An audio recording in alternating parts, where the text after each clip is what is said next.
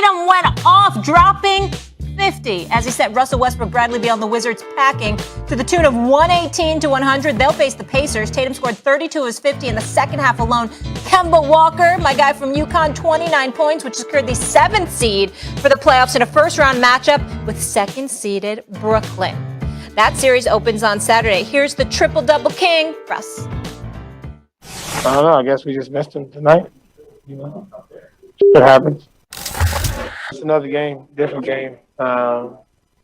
This game really don't matter at this point. Max. Yep. You disappointed with Russ, or are you impressed with Tatum? Disappointed. I mean, obviously both, but I'm more disappointed in Russell Westbrook because heading into this game, I thought Russell Westbrook is going to will himself to be the best player on either team. And as it turns out, he wasn't even the best point guard on either team. And this is, you're set up for this watching the Pacers and the Hornets, and you see the way Charlotte came out. You said, damn, they just lack intensity, right?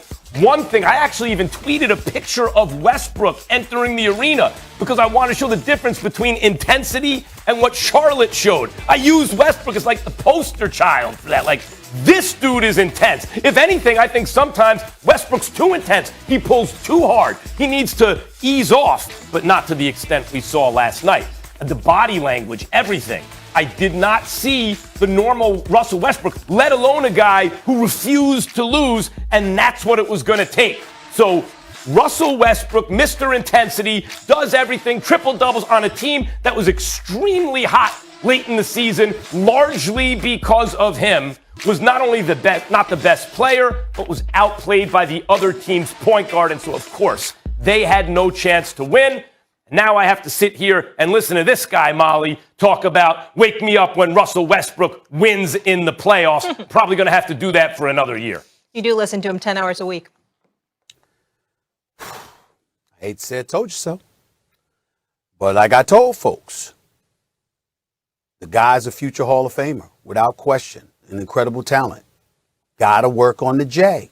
Because when Brad Stevens decides to take a 6'9" guy with Jason Tatum's length and put him on you to defend you, because he knows that that can be an impediment to you finishing shots at the basket, which is what Russell Westbrook's specialty is, then all of a sudden you're compromised. Do you know that Brad Stevens literally put Kemba Walker on Hachimura, who's like 6'9", 6'10"? He had Kemba Walker on him, for crying out loud. That's how little you were worried about the other guys. You keyed on Westbrook. You know that he struggles to shoot perimeter shots as the game slows in postseason. And that's what I was talking about when I was saying Steph Curry, Damian Lillard, and others, they're marksmen, and that's why they have more success in the postseason, because they can pull up from long range. Now, having said all of that, as disappointed as Russell Westbrook's performance was, I got to give praise to Jason Tatum, who put the world on notice and just reminded everybody, the brother's only 22. He dropping 50. He averaging 26 a game as the number one option for the Boston Celtics. Shooting 45% from the field, better than 38.5% from three-point range.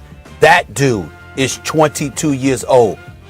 That's the dude that Brian Colangelo got hosed by Danny Ainge over when the Sixers had the number one, when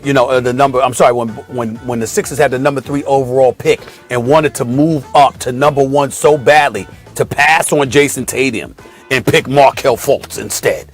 This is what we're talking about here. Just imagine for 1 second, Max Kellerman, if Jason Tatum was playing with Ben Simmons and Joel Embiid. They win it all maybe this year? They're winning it all. They're winning it all. Yeah. That's how gifted this kid is. And he's only 22 years of age, which ultimately brings us back to the conversation that we had about Brad Stevens yesterday, who did an exceptional job coaching last night. Give credit where credit is due. And I'm not advocating for him to be fired. Neither are you, Max. But again, when you have a talent like that, in Jason Tatum, when you see Kemba Walker show up and drop 29 as well, and you saw what Jaylen Brown was doing before he got injured, what the hell were you guys doing being a 500 team, having a roller coaster ride that you went on? That's not about talent. That's about something else that was missing. So I walked away incredibly impressed with Jason Tatum, just a guy that's emerging as a star that I think is maybe a year away from being a flat-out superstar. If he's not already, he is that special, and that's what I think we walk away from last night's game with. Well, look, I said yesterday, and I've been saying, Jason Tatum has the potential to maybe one day be the number one scoring option on a championship team. Not many guys who ever lived can really be that. I think Tatum has a shot to do it. And he was playing Stephen A. I'm not taking any credit away from him. He was great last night. But he's playing an awful, a miserable defensive team. Washington, even when they got hot. And by the way, I think they have real chances, against Indiana. Health. Bless you. I think they have real chances against Indiana. They've beaten them twice pretty recently, but they're winning games 137, 135 in regulation. They were winning games by fast-paced, high-scoring games. They're a bad defensive team playing a great young player who you knew had to go off to win. Yeah, but that's why I brought up his numbers, because if he just showed up last night, averaging 19 to 20 a game, that would be different. But when you spend an entire season and you play 64 to 72 games and you're the number one option for the Boston Celtics and you still average 26.4 a game on 45% shooting and better than 38% shooting from three-point range, when you are 6'9" with a handle and a perimeter shot and a mid-range game, the brother is special, and No Jason question. Tatum is coming. His third 50-point game, only one Celtic has more. That would be Larry Bird, who has 4. Good company to be in. We love Larry Bird and the Rose family. Stephen A., let me ask you this here.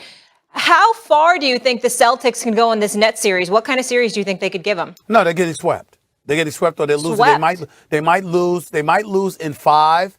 But my initial response, because I think that Brooklyn's offense is just so lethal. The fact that Jaylen Brown is not there, I believe the only way that Boston can win a game in this series is if Kemba Walker plays the way he played last night.